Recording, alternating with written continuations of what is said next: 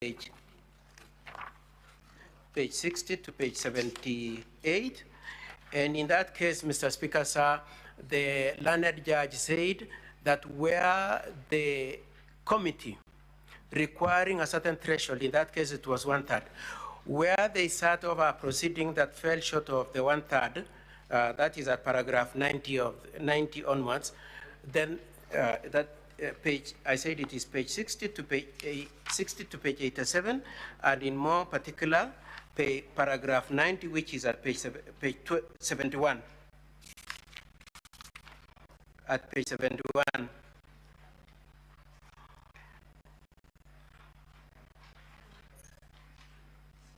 Where the judge says it is perhaps also necessary to point out that Standing Order 68, subsection 8, uses mandatory term shall when directing that a DOC committee be set up and should comprise 1/3, and then goes on to say if they do not amount to 1/3, then it doesn't meet the threshold. And Mr. Speaker, sir, it is a very significant point that the learned speaker, or rather the Speaker of the County Assembly of Kericho, used that decision, and you will find his reasoning at page 160 to 161 with reference to that case of Michael Ngaduda versus County Assembly of Tana River, and he goes on to say that you round off. And it is our argument, Mr. Speaker, sir, that when you are rounding off, you can never round off to fall below the line. You can never round off to fall to less than 1/3. And if you are to do that, then you would be acting in contravention of the law. Mr. Speaker, sir, with that said, I would pray now to play that video and request, Mr. Speaker, sir, for 5 minutes for my colleague, Mr. Tonen, just to finalize on that issue, on the preliminary objection. Kindly, Mr. Speaker, sir.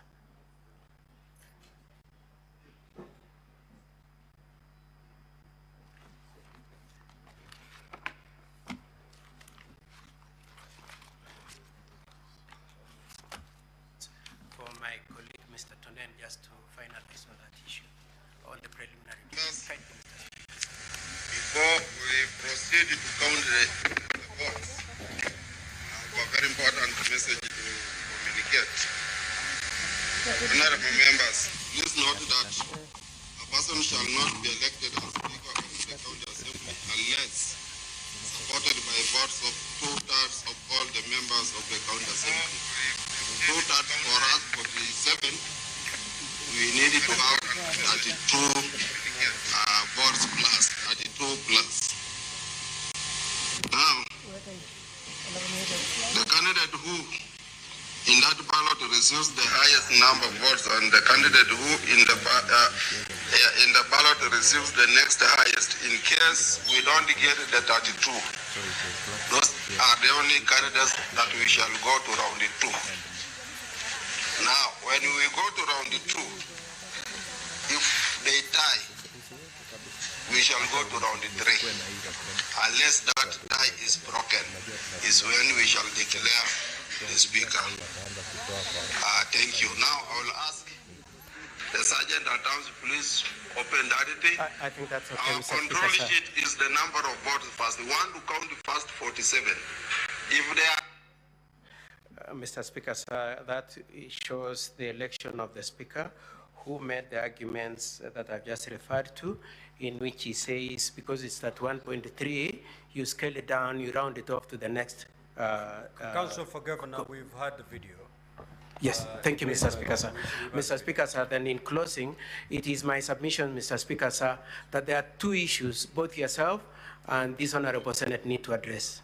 The first issue is what is the meaning of at least in the Section 33 of County Government Act. What is the meaning?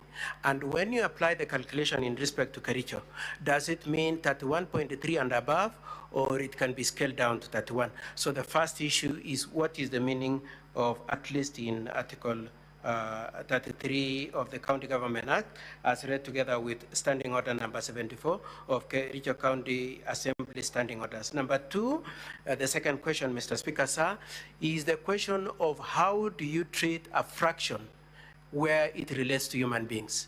Are you going to say because it's 0.3, you dismiss it and scale it down to 31, or even 0.3 itself represents a person? And this is very significant, Mr. Speaker, sir. When you look at the situation of these proceedings, being, Mr. Speaker, sir, that there were 47 MCS in Kericho. 16 said we are not attending, number one. Number two, they said we do not support the motion. The other than 31 were present and they supported the motion. Mr. Speaker, sir, following the tradition of both the Senate and the National Assembly, it is always the case that when members have not voted in favor of, it is deemed that that vote was not in favor of.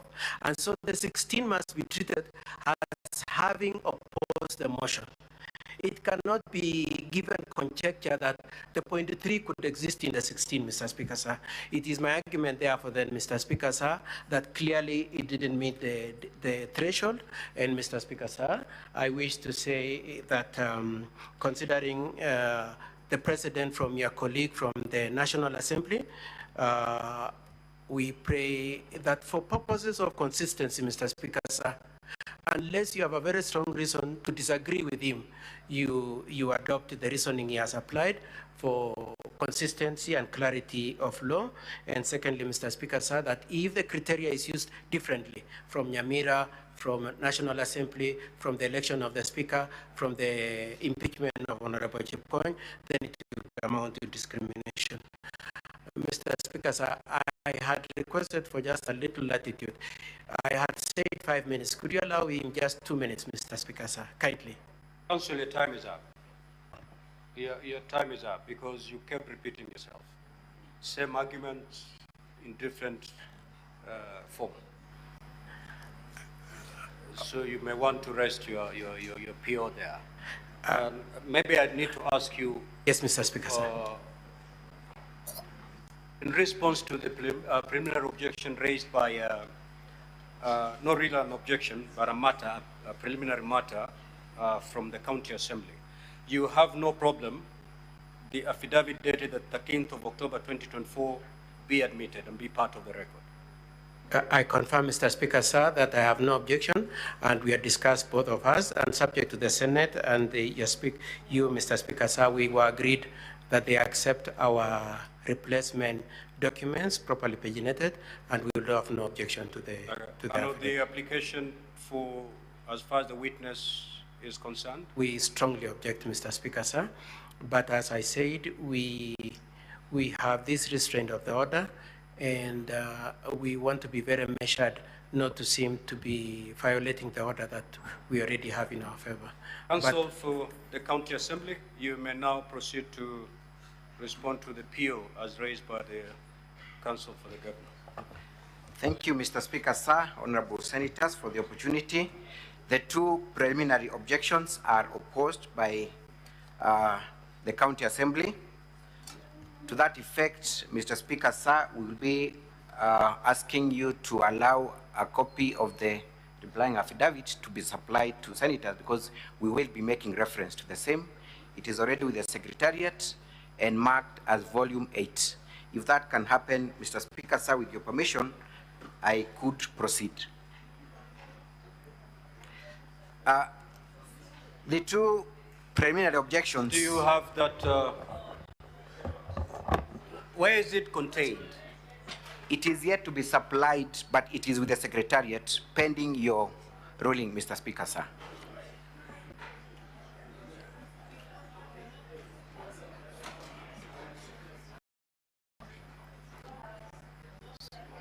So we can have that done.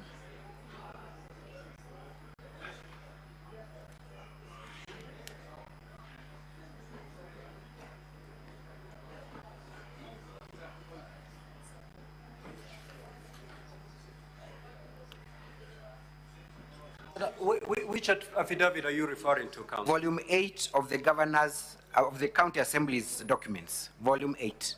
Are you referring to the affidavit of 13th of October 2024? Yes, indeed, Mr. Speaker, sir.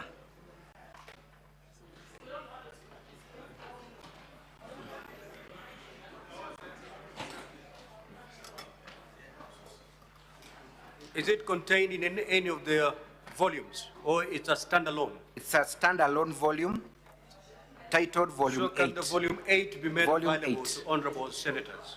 Yes. It's a standalone volume, Volume 8. I can confirm it is with the Secretariat, Very Mr. well. Speaker, sir. Just But I could proceed because I will not be you may making proceed, reference. you may proceed. Thank you. Mr.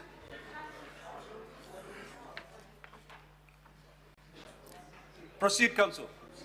We object to the two POs on the ground that the very nature of a PO, Mr. Speaker, sir, and honorable senators, is that it has to be on a pure question of law. What Council for the Governor is inviting you to do at this juncture is to consider matters that are disputed, matters of fact. It is settled law that if an issue is contested, if an issue is in dispute, that can only be determined by way of evidence. When you look at the issue of existence or non-existence of the court orders, the County Assembly has strongly opposed that line of argument and has brought evidence to show that there were not court orders. In fact, the County Assembly is arguing that those court orders are either forged or a manipulation of the judiciary system. That evidence can only be tested if we bring a witness before you to be able to clarify on that issue. That cannot be done by just submissions from the bar. On the issue of whether the motion met the threshold, the 2/3 rule, again, Mr. Speaker, sir, you will note that this is an issue that has been contested. We will be producing evidence before you to indicate indeed that that threshold was met.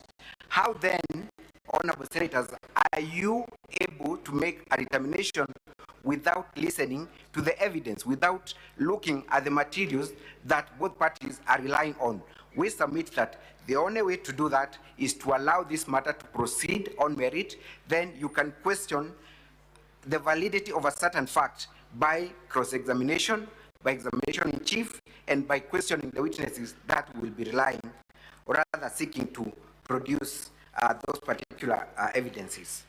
I note that Council has sought to rely on Rule 14 and 30 of your rules here to make an assertion that the decision on the two POs lies with the Speaker.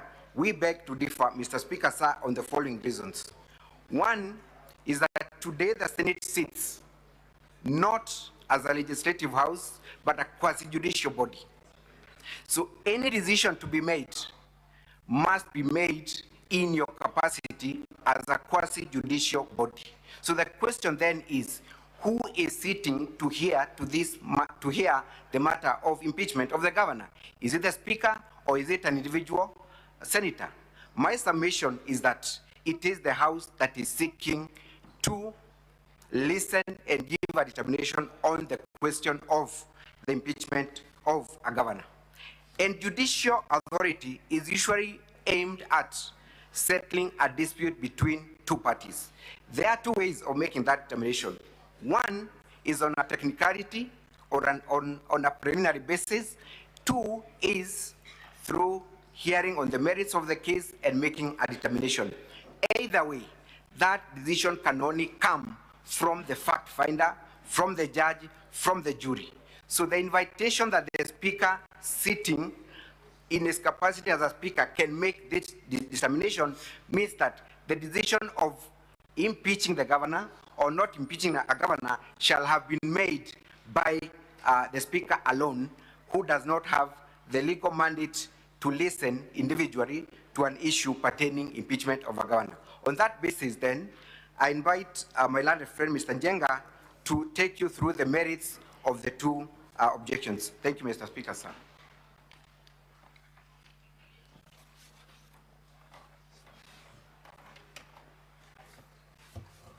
Mr. Speaker, honorable members, I'll go straight to the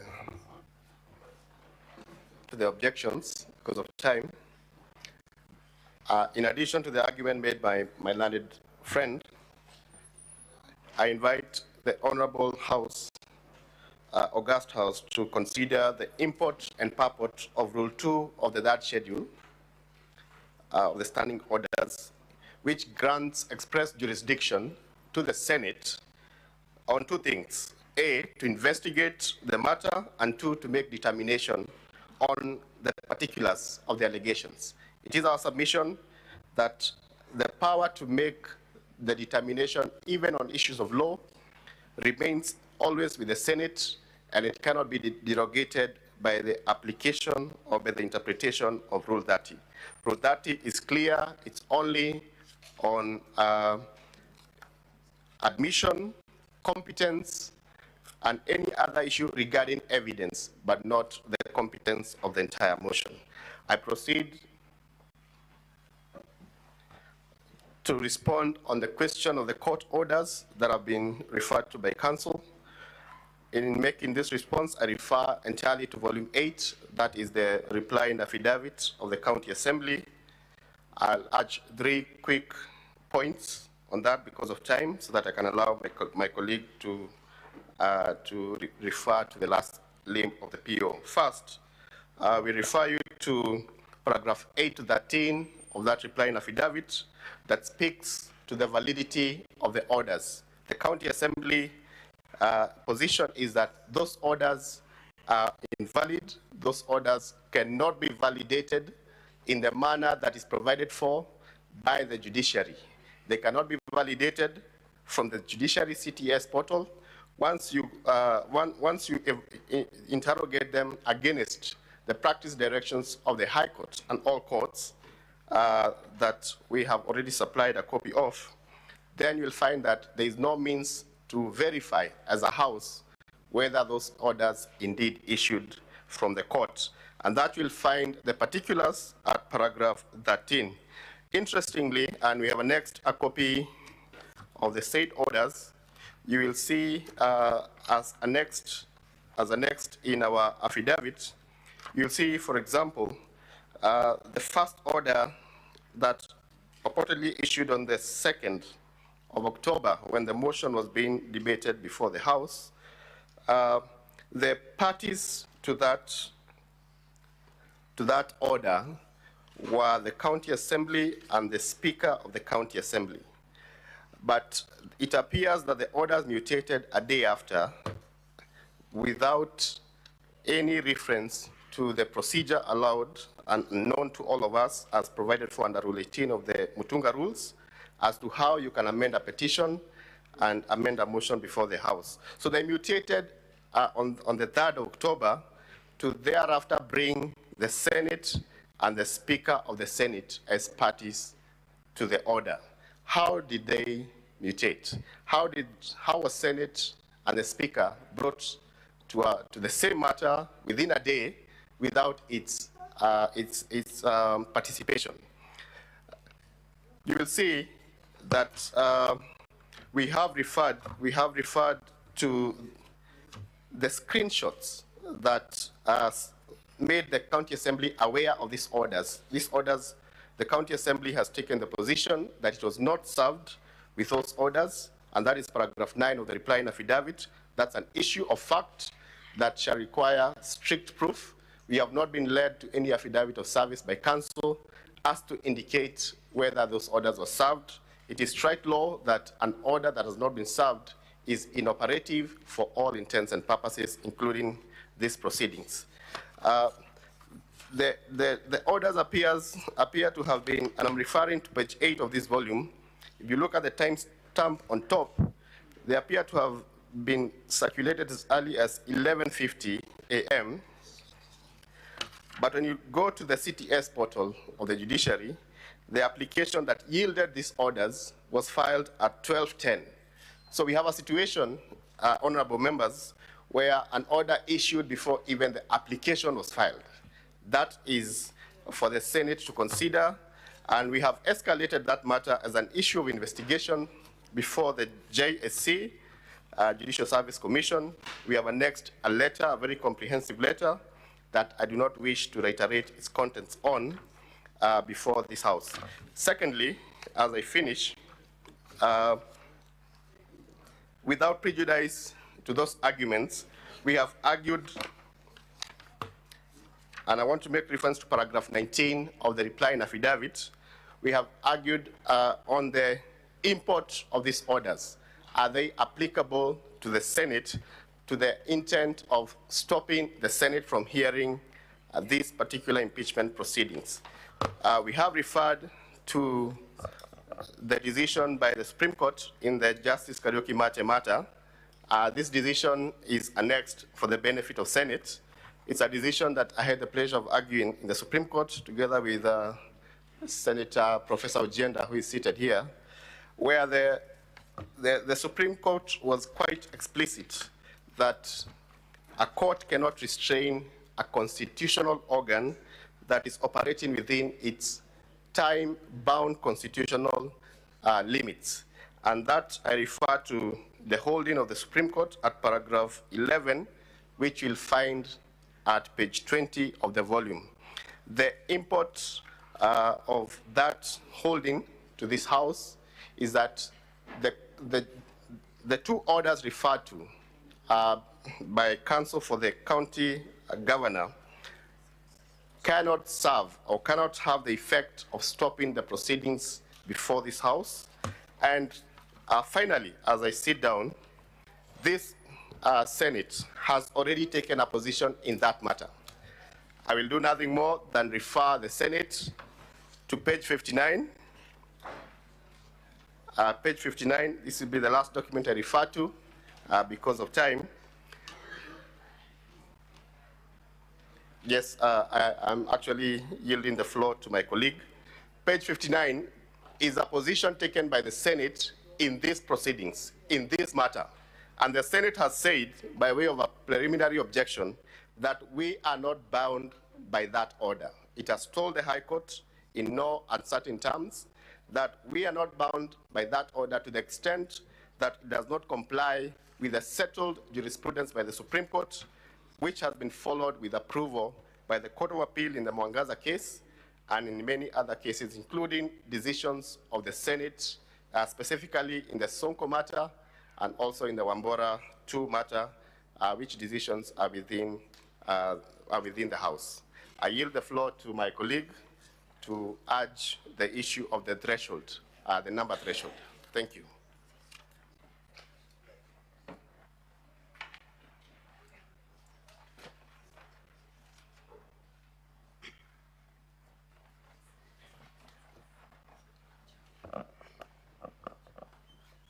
Mr. Speaker, sir, honorable members, for the record, my name is Hilary Kiplangat. I will address the third preliminary objection, which is the question of whether the threshold of 2/3 required by Section 33 of the County Governments Act was met in the impeachment of Governor Honorable Eric Mutai. Mr. Speaker, sir, honorable members, Section 33 of the County Governments Act indeed requires the County Assembly to satisfy a threshold of 2/3 of its members to pass a motion for the impeachment of the governor. The controversy in this case, honorable Speaker, is that 31 members voted in support of the motion, and in the humble submissions of the Speaker, as per the Hansard of that day, that constituted 2/3 of the members of the County Assembly.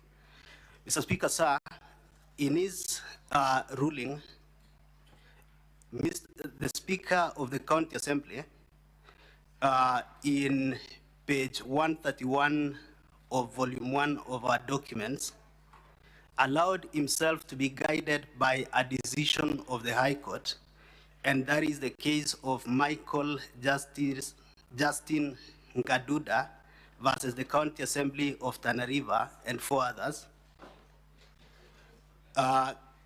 KELRC 1605, in which a judge of the High Court by the name Justice Manani had held that when it comes to matters rounding off, one rounds off to the nearest whole number.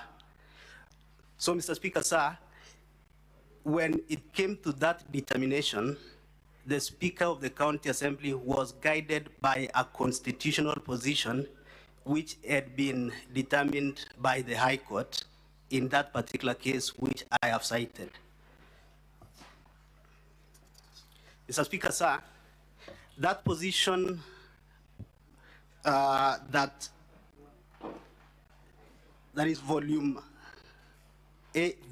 1 of our documents, page 131, you will find the ruling of the Speaker in which he cited the case of Justin Nkaduda versus the County Assembly of Tana River. Mr. Speaker, sir, the decision of Justice Manani is an application of elementary mathematical rule of rounding off, in which numbers are ordinarily rounded off to the nearest whole number. The same formula, Mr. Speaker, sir, has been applied in various other decisions of courts, and a case in point is the case of Adrian Kamodho Njenga versus Judicial Service Commission, which interrogated the composition of the Supreme Court in compliance with the requirements that no more than 2/3 of the same gender shall be in that appointive position. And in that case, Honorable Speaker, the High Court and the Court of Appeal were very clear that when it comes to rounding off, you round off to the nearest whole number. So the reigning jurisprudence which has been handed down by our courts is that one rounds off to the nearest whole number. In this particular case, honorable members, and Mr. Speaker, sir, there are 47 members of the County Assembly of Kericho. To achieve 2/3 of 47, it will give you a number of 31.33. The nearest whole number to 31.33 is 31, not 32. That is in keeping with the jurisprudence which has been settled by our courts. Suffice to note, honorable members and Mr. Speaker, sir, in County Assembly of Kericho, there are 30 electoral wards. Out of the 30 electoral wards, 29 men were elected as MCAs, and 1 woman was elected as a member of the County Assembly.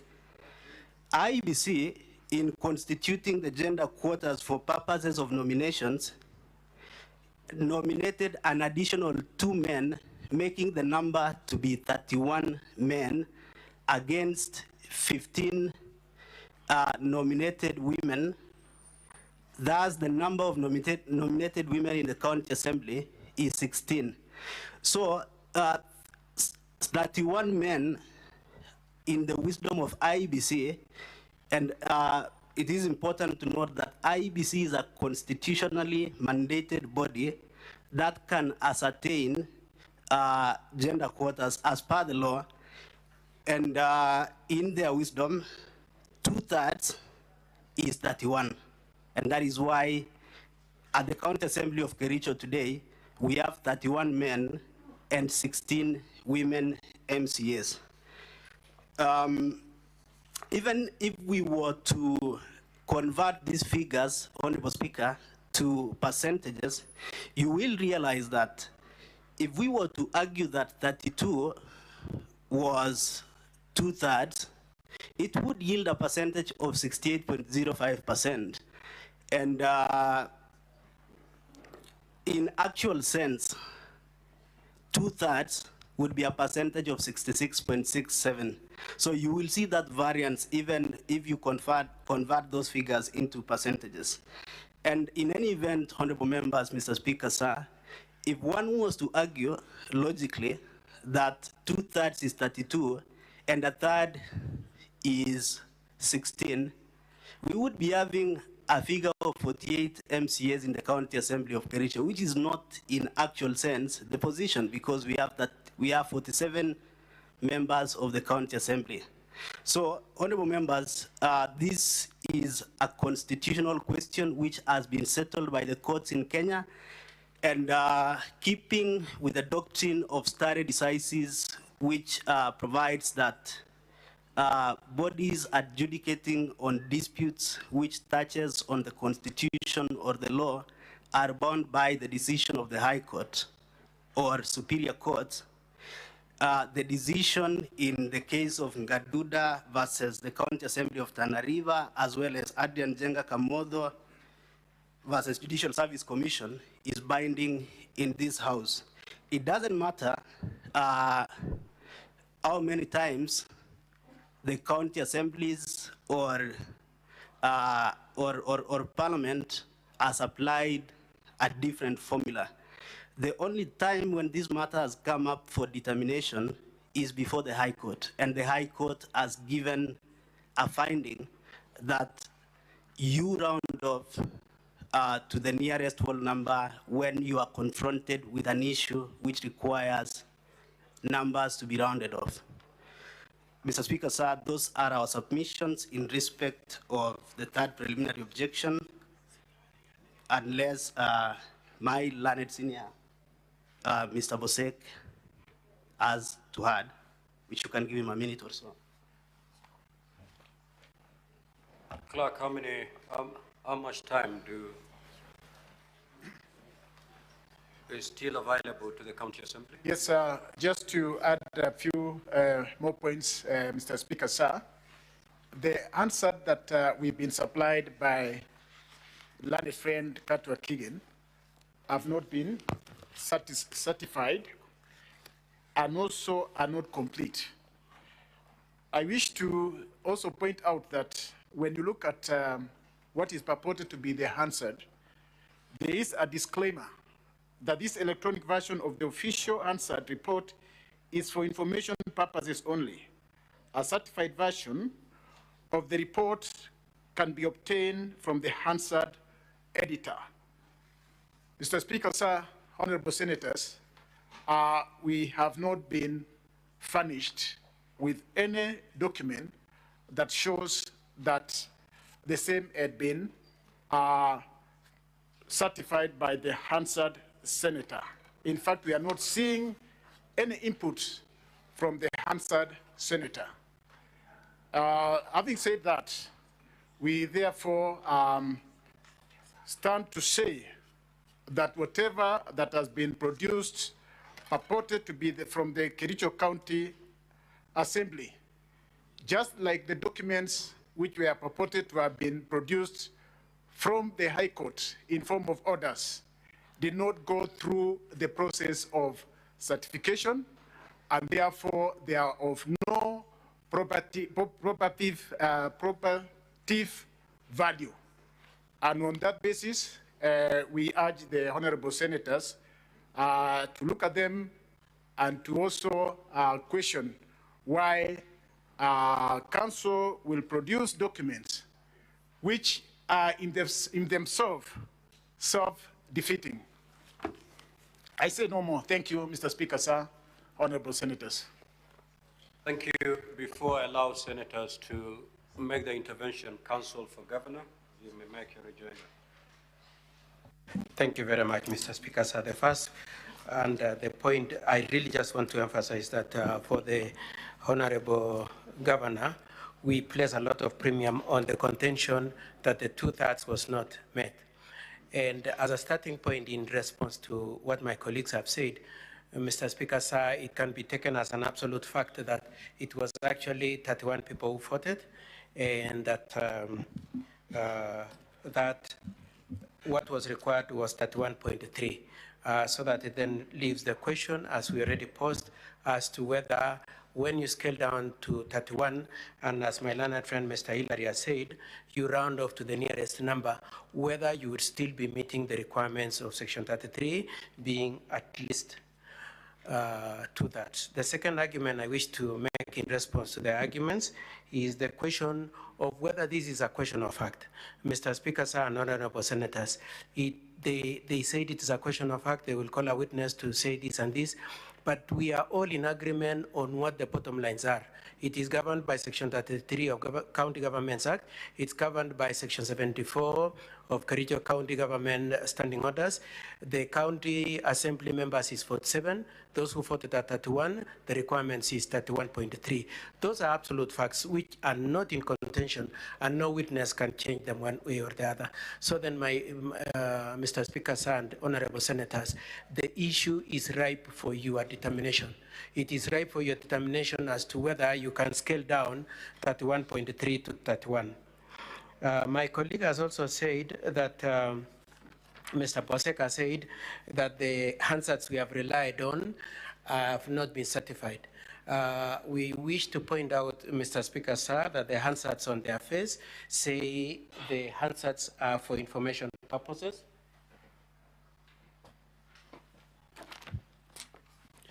And Mr. Speaker, sir, we are happy enough to rely on them to the extent to which they represent information, Mr. Speaker, sir.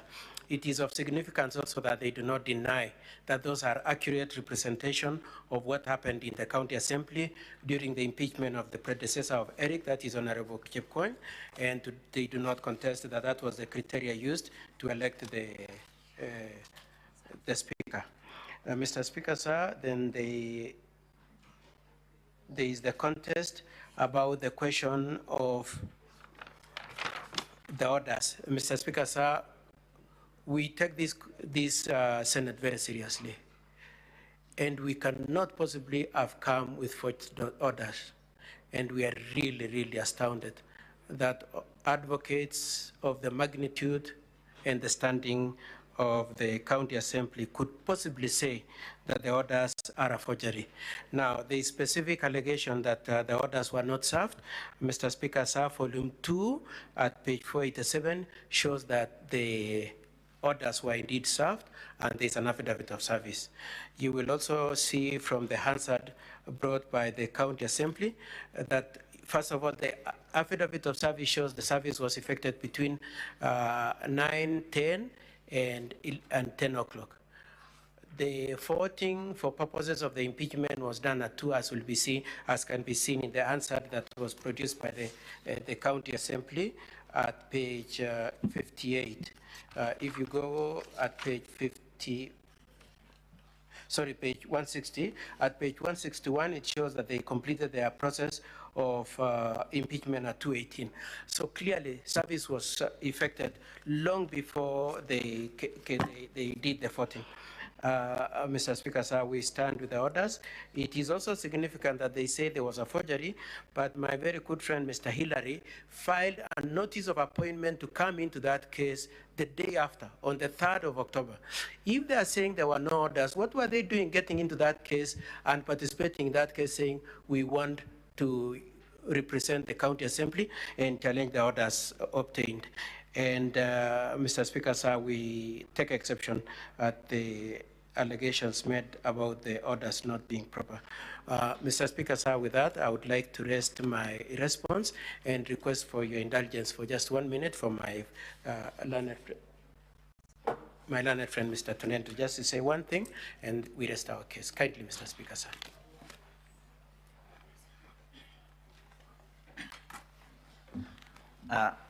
Honorable Speaker, members of the House, for the record purposes, my name is Tunen Manasseh, and I rise only to respond to one issue, Mr. Speaker, and that is the issue of 2/3, as indicated by my learned colleague, Mr. Hillary. Honorable Speaker, the issue of 2/3 is not a mathematical question in this instance. It is indeed a legal question. And if you take, for instance, Mr. Speaker, that at 31.3, a line over threshold has been drawn. And the law states, and in mandatory terms, that it should be at least 31.3. That means that you have to scale up the numbers to meet that threshold. Because if you reduce the numbers to 31.1 or 31, that means that you've fallen below the threshold that is provided by law. Mr. Speaker, as you are aware, even in the standing orders of this House, Standing Order 7 in the election of the Speaker, Mr. Speaker, the House is composed of 67 senators, and 2/3 of that is a decimal point. Mr. Speaker, and as you can recall, on your election, the numbers were scaled up and not scaled down. This means that you do not reduce the number below what the law provides. So, Mr. Speaker, as you rule or as the House debates on that, consider that a 0.3 of a person needs to be completed. You do not negate or remove that particular person. So in our submission, we hold the position that the threshold was not met. Mr. Speaker, and also one issue that Hillary raised, and it was containing the issue of the gender in the County Assembly of Kericho. Honorable Speaker, the issue of gender in the County of Kericho is not the same and is not captured under Section 33 of the County Governments Act. Mr. Speaker, we urge the House to look at what the law provides and if we can scale down to that. And this House, Mr. Speaker, let it not be the House that sets the record or give precedence that you can play with numbers. Let the House be very firm in its decision and uphold the rule of law. That will be all, Honorable Speaker. Thank you, Council for the County Assembly and Council for the Governor. Now, I will allow honorable senators to make intervention in this regard.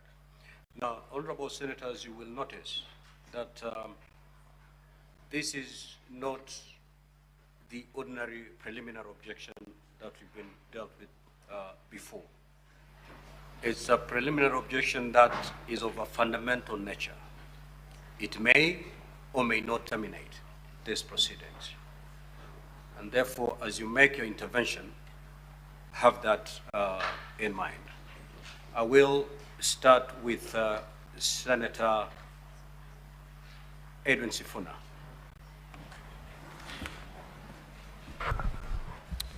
Honorable Speaker, allow me to put the question to Council for the... Yeah, Senator for Meru. Certainly you cannot stand on a point of order because I don't see anything disorderly from the Senator for Nairobi. Just take a seat, Senator Sifuna, unless you're seeking for any intervention. Honorable Speaker, of course, the honorable member for Nairobi, Senator for Nairobi, is quite in order. But I was start seeking one guidance, Mr. Speaker. Also looking at the time, maybe you can guidance on the number of minutes we can take on this, the senators, and also how many minutes can one senator use on the floor, Mr. Speaker. Honorable senators, if you strictly apply the rules of procedure, then you have 2 minutes. Proceed. And 2 minutes it is. Thank you, Honorable Speaker. My question goes to Council for the Governor. And Honorable Speaker, I would like to refer him to volume 1 of his documents. At page 7, Honorable Speaker, paragraph 20, there is an averment there, Council, that has been made by the Governor that in fact there was a holding of the High Court, and this is in reference to Malindi ELRC petition number E006. I don't know if we are together. Council, page 7 of the bundle at paragraph 20. Council, the volume number 1 of the governor's bundle, page 7, for heaven's sake, Honorable Speaker, my time is being wasted by things that I've already said. Just proceed. Honorable Speaker, I'm referring to bundle volume 1 of the governor's Senator bundle Sifuna, you at page can only 7. repeat if I tell you to repeat. Thank you, Honorable Speaker. Council, you have presented the averments at paragraph 20A as a holding of the court. That in fact, the paragraphs you have superimposed there were a holding of the court. Now, you are a lawyer of great repute, and reading a judgment, you can ascertain what a finding of the court is, as opposed to an analysis of the presentations of the parties. Honorable Speaker, the judgment referred to is at page 70 of that same bundle, exhibit number 1. And I want the counsel for the governor to confirm to this House that in fact, the paragraph quoted at 20A is not a finding of the court on the question of what 2/3 means and what should happen when there is a decimal. Honorable Speaker, I will refer you to paragraphs. He has quoted from paragraph 83, which cannot be a holding of the court. And in fact, the holding of the court should be at paragraph 86 of that judgment. Honorable Speaker, my question therefore to him is it proper for you to present an analysis of the case by the learned judge as a finding of the court? Honorable Speaker, that is the question I wanted to put to him.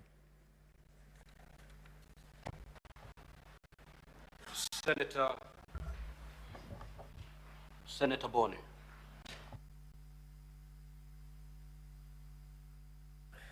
Thank you, Mr. Speaker. Mr. Speaker, my comment on this will be limited on what I beg that the House adopts to help this country. This is a very serious matter, and Mr. Speaker, it is already on record that no court can injunct Parliament. So the first PO should collapse. A decision has already been made. My second comment, Mr. Speaker, is on the question of numbers. Kanzo Mutuma, what would you like the governor to prove? It is a scientific fact that 47 divided by 2/3 is 31.3. As you guys say in law, res ipsa loquitur. It proves by itself. What do you want him to prove? It is not possible for a human being, Mr. Speaker, to be a fraction. I want, Mr. Speaker, to urge the council that because you also have a responsibility to grow the philosophy of impeachments, let us agree that on this one, let us give it to the governor. We give him the fact that a fraction of a human being does not exist. Next time, come with full numbers and we would listen to you.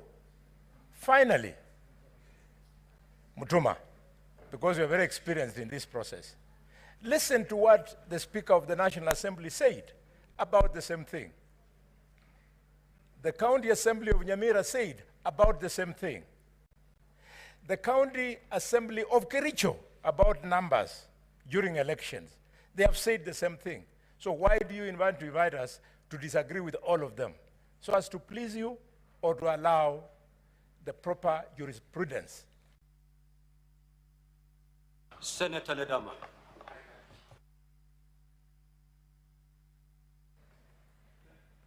Thank you, Mr. Speaker. Mr. Speaker, I just want some clarity from the Council of the Governor. The Council for the Assembly has presented facts that this matter had already been determined by a court. In their volume 1, page 131, there's a finding of the court that when it comes to the issue of 2/3, it is not an issue where you determine the question of a human being being able to be fractioned, but rather a scientific. Are you then, in your submission, questioning, or rather, have you challenged, or has anyone else challenged that finding of the court in the matter of Michael Justin Dunda with the County Assembly of Tana River? So that is a point that I'd like you to clarify, because this is a finding of the court. Number two on that issue is on the finding on the matter to deal with JSC, where the court, according to the facts presented by the Assembly, stated that you round off to the nearest whole number. What would be the nearest whole number in a matter which is 31.3? Is it 31 or is it 32? Thank you, Mr. Speaker. Senator Fernandez, Senator Samson Chirange. Mr. Speaker, you need to protect me from the majority leader. Mr. Speaker, I want to agree with my colleagues. Just a quick comment is that in the history of this parliament, no one can injunct parliament. So I think on that aspect of injunction of parliament or court order before the parliament or the Senate, it does not hold water, and therefore I think I would advise the defense team of the governor to stop pursuing that line. Number two, and finally, Mr. Speaker, on the issue of two-thirds, Mr. Speaker, my concern is on Section 33 of the County Governments Act and Article 181 on removal of governor. Mr. Speaker, and in the decision of Raila Odinga versus IEBC in 2013, the Supreme Court pronounced itself that when the process, and I want to extrapolate, when the process has taken off and it is time-bound, as envisaged in that ruling before the Supreme Court, that process is time-bound. So by the fact that you read the charges and the process is ongoing, when you look at rule number 16, rule number 14, and rule number 30 on the removal of a governor, the process is already ongoing and the train has left the station. So, Mr. Speaker, the question should be, if the process has already begun, as per Section 33, with the genesis of Article 181 on removal of the governor, therefore, what happens, Mr. Speaker? I agree that in scientific proof that you cannot have a fraction of a human being. But also, for some of us who are not very good in mathematics, there is also principle of truncation. So, Mr. Speaker, you must balance both so that at the end of the day, we give justice to the county assembly and we give justice to the governor and any other person, including the people of Kericho, Mr. Speaker. So since the train has left the station, let us go ahead and listen to the merits and demerits of the case, and then we determine. I submit, Mr. Speaker. Senator Kajwang. Mr. Speaker, the issue of limits of judicial authority on independent institutions has been settled. And I think we have seen some precedents that have been presented to us. Secondly, we need to make a distinction between procedural fairness and procedural technicality. Procedural fairness demands that the governor for Kericho has been accused of gross misconduct, and all sorts of allegations have been made against him. This is his opportunity to defend himself against those allegations. There should be procedural fairness as required in our Constitution. The other aspect is procedural technicality. And Mr. Speaker, you do recall that if we were to be obsessed with procedural technicality, in 1992 it is John Harun Moi who would have been the president of Kenya, because he went to court and said he's the only one who presented his petition in a foolscap rather than on an A4 paper. Mr. Speaker, the ruling that has been referred to by both parties, we are getting different interpretation. On this matter, we should not go with Rule 30.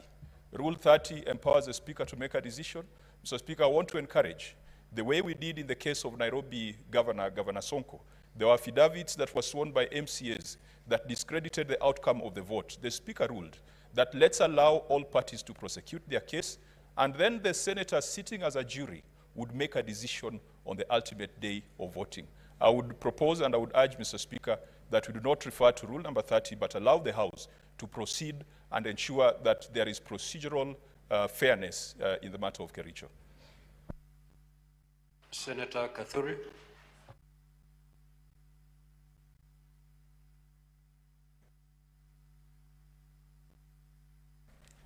Thank you, Honorable Speaker, for this chance of the 2 minutes also to make a comment on this very, very important matter. And Mr. Speaker, as we are here, many Kenyans are watching at us. they are grown on their TVs because, many Kenyans are now sensitive on devolution, sensitive on governance, and all these things. So, Mr. Speaker, the PO number 1 is actually dispensed of naturally. So the PO number 2, Mr. Speaker, besides, because that 1.3, the High Court pronounced itself that you go to the nearest whole number. When you go to the nearest whole number, you run at that one, Mr. Speaker. The other argument is about now the direction that has been put in Kericho County when they were electing the Speaker of the County Assembly. So, Mr. Speaker, because this matter is about mathematics, so what I would request, as also other colleagues are putting it, Mr. Speaker, we would like to hear these cases.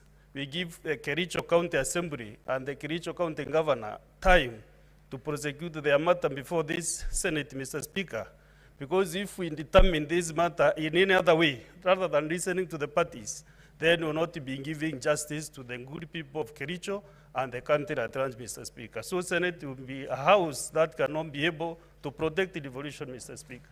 So in my submission, I wish that we are able to listen to both sides, and then we are judges. This is a High Court sitting, Mr. Speaker. We'll be able to make our determination in one or the other, Mr. Speaker. Thank you very much. Senator Wambua.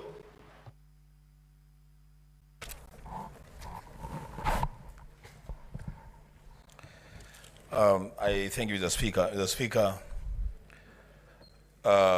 two things. One,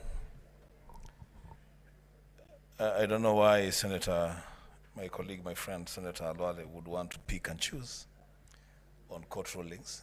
A precedent has been set in the court, and he has quoted it, on the matter of separation of powers, that no court can injunct a parliament in its deliberative roles. And so PO number 1, everybody agrees it falls on its face. Speaker, then PO number 2. You know, what the lawyers on both sides are asking these judges here to do is a very complicated matter. It's a matter of determining a fraction of a human being. What is 0.3 of a human being? Is it the head? Is it what is it? But the Speaker, again, the courts have pronounced themselves on that matter.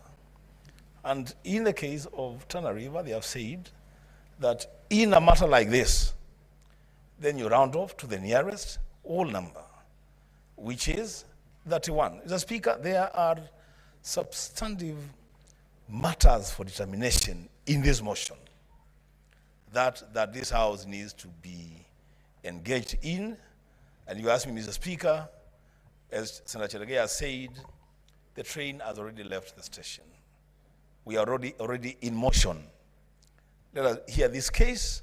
Let's make a determination one way or the other. Mr. Speaker, I submit.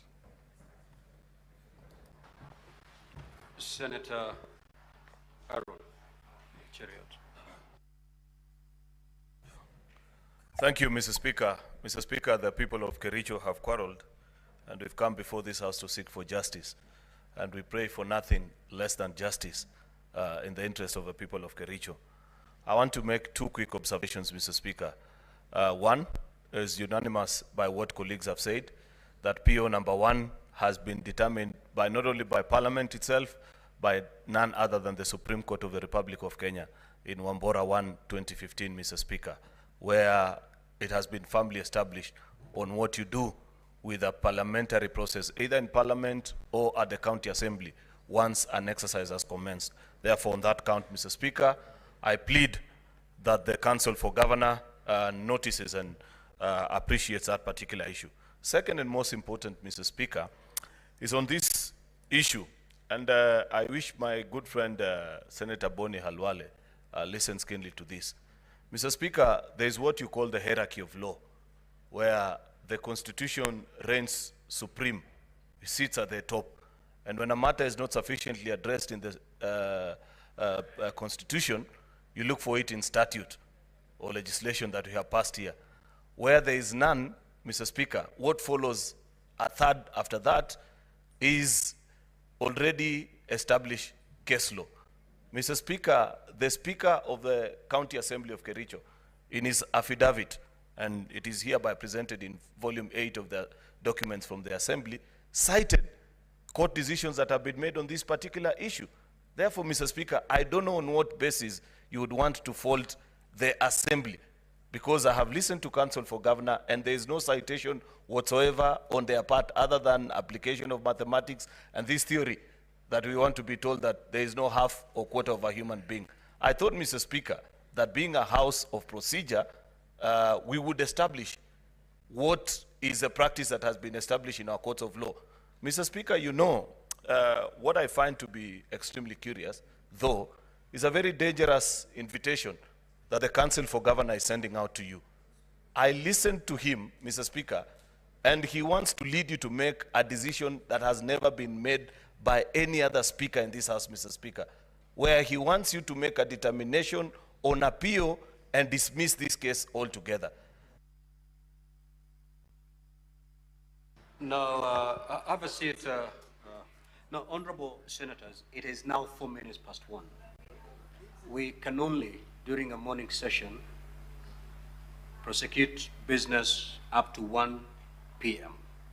And therefore, allow me to invoke Standing Order 34, 2A, to extend the time for 15 minutes. Thereafter, we shall rise for a break. We'll come back at 2:30 and prosecute this matter because it is of such a fundamental nature. I'll give you 1 minute to conclude. Mr. Speaker, you are being invited to very dangerous path. Previously, before this House, in Mike Sonko versus County Assembly of Nairobi, and previously also in Ferdinand Waititu versus the County Assembly of Kiambu, such POs have been raised. What did your predecessors do? They let the jury make the determination, which is all the 47 delegations. Do not accept, Mr. Speaker, the invitation that is being passed on to you to make a determination on your own. The Constitution, nor our standing orders or legislation, never envisioned a situation where the Speaker could terminate proceedings such as this, Mr. Speaker, purely on a point of order. Therefore, I want to humbly request you, Mr. Speaker, that just as we do in legislation, let us make a determination on this PO. If it comes to voting, let it be the case, Mr. Speaker. But on your own motion, Mr. Speaker, in the interest of justice for the people of Kericho, allow us to listen to this case and eventually make a determination one way or the other. I thank you. Senator Mogeni.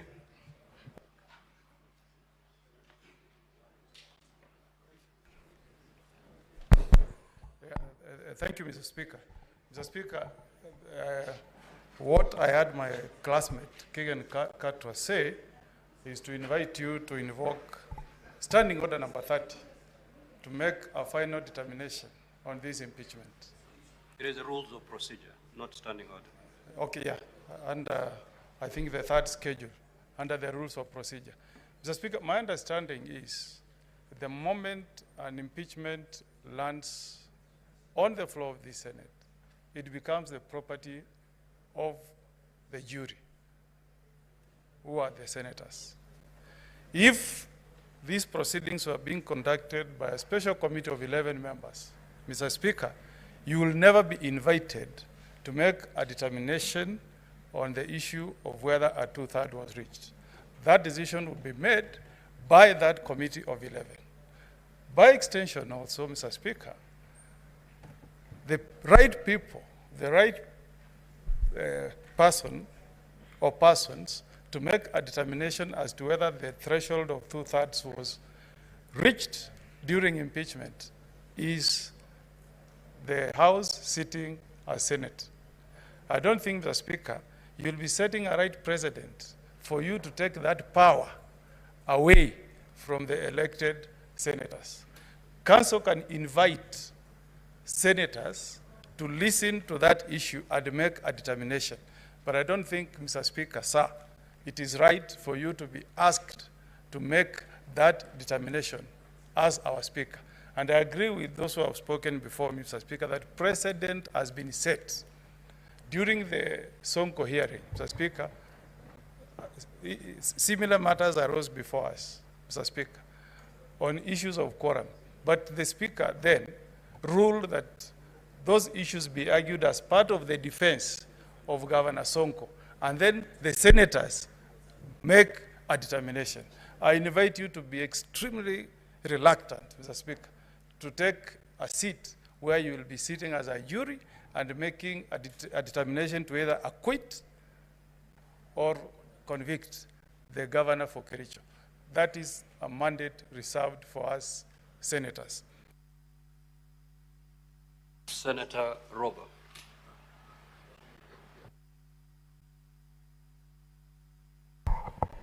Thank you very much, Mr. Speaker. Listening to both sides,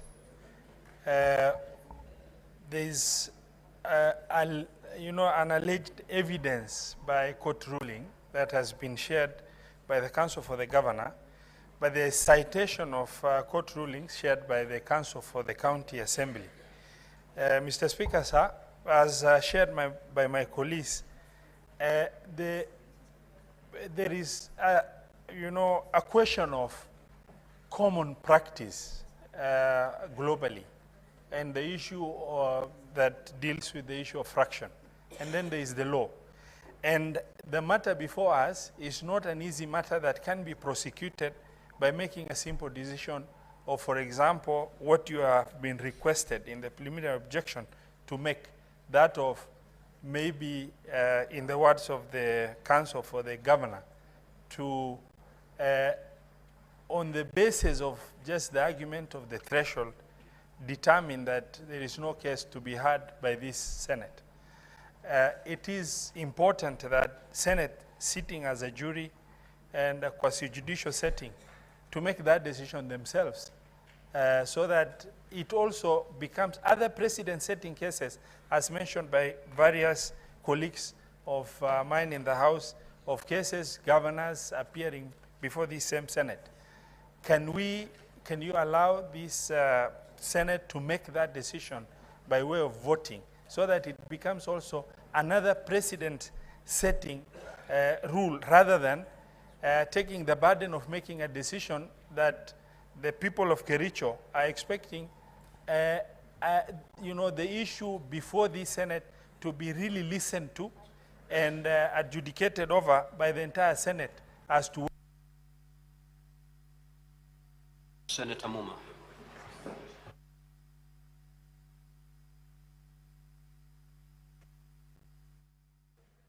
Thank you, Honorable Speaker, for giving me an opportunity to contribute to this. Honorable Speaker, I wish to support sentiments by previous speakers, but wish to point out a very important issue when it comes to the PO on the threshold. Mr. Speaker, I want to point out that in the past, when the threshold has been about gender, the math to surround it, to round off to below the figure has sufficed.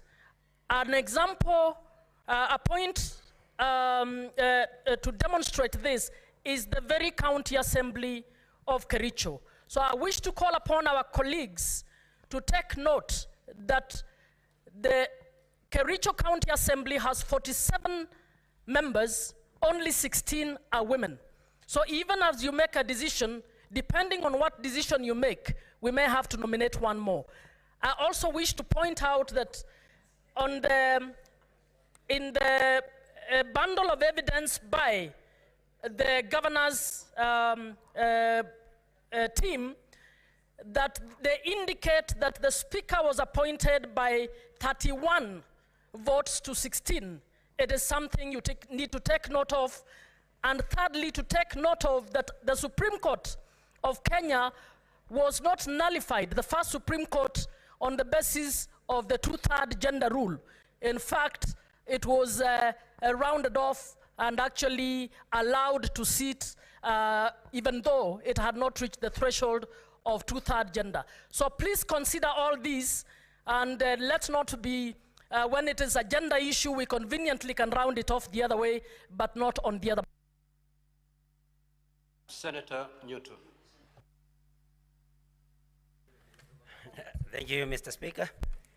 I also stand to give my contribution to the effect that, as all those that have spoken before me have said, that the matter, the number one, has already been settled, and I need not address it, Mr. Speaker. Mr. Speaker, about rounding off numbers, this is something that we were taught in the first lessons of numeracy when we went to school.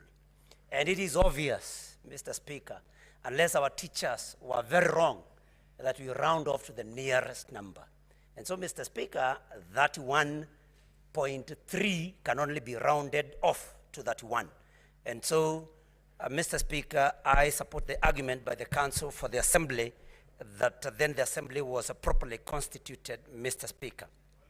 Mr. Speaker, I would want to ask this House not to be invited to an exercise of splitting hairs.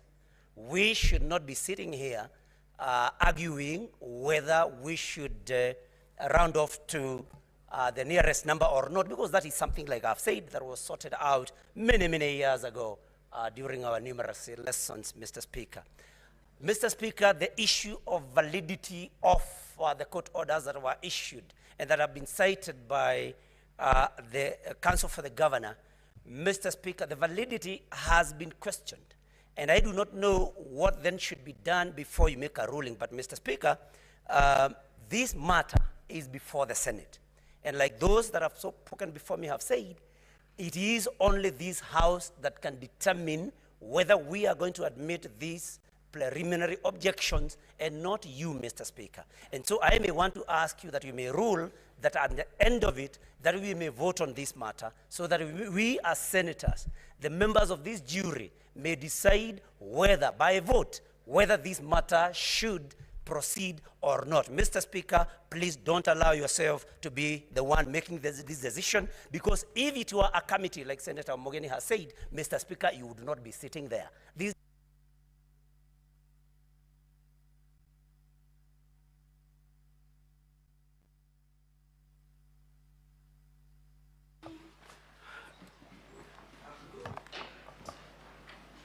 Now, Honorable Senators, it is now 1:15, and having concluded the business for which I extended the hours of sitting, pursuant to Standing Order 34-2A, the Senate stands adjourned until today, 14th of October 2024 at 2:30 p.m.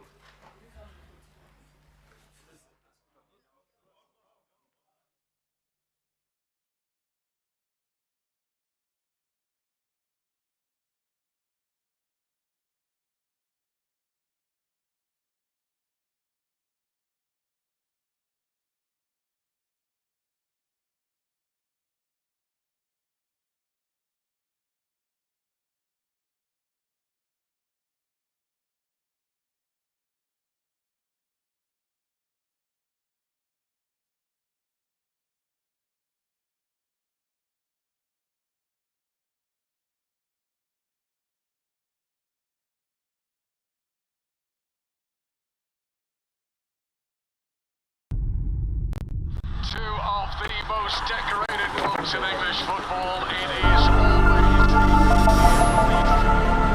And Garnacho! For all your property management needs, think Jeva Developers Limited. We are a full-service property management company that does it all. From inspection, lease agreement, rent collection, evictions, marketing and advertising, repair and maintenance, dedicated to creating seamless management structures to assist you in making informed decisions. Property management can be a stressful and a cumbersome task. Let Jeva Developers expertise help. We are located in Nanyuki Professional Center, 2nd floor, East Wing, room 203. Call us on 0740 725113. Jeva Developers Limited. Together we grow. Nanyuki Maternity and Nursing Home. tukuheaga motungata ta maya: lab services, emergency admission, non-emergency admission, maternity and observation, emergency referrals, minor and major surgeries, circumcision, physiotherapy, guidance and counseling, attendance and customer care, desk and inquiries, registration, consultation, dispensing medicine, vaccination, antenatal care services, family planning services, postnatal care services. Oho nituceragirwo ni ataramu ta surgeons, ENT, pediatrics, gynecologist, psychiatrist, eye specialist na psychologist. Guku kadi yaku ya NHIF nigwitikirwo na tukuheaga motungata mathaa 24. Tucerere haha Laikipia Road thutha wa mukawa wa Falcon taoni ya Nanyuki. Ona kana utuhurire thimu kwitukira 0728-922 kana 0729-888-333. Nanyuki Maternity and Nursing Home. Your health, our priority. Wiroyo akaitolutaga ni watu tukariho wothe tondu Ngai ndariarira nguru tukariho na tuweo muoyo. Ungienda kwigwatira rwimbo ruru tuike sikiza tune yaku na enda kuhoya own support muno hinya *811 *401# *811 *401#. Rwimbo ruru witagwo wira uyu na nindaguthaitha support me by dialing *811 *401#.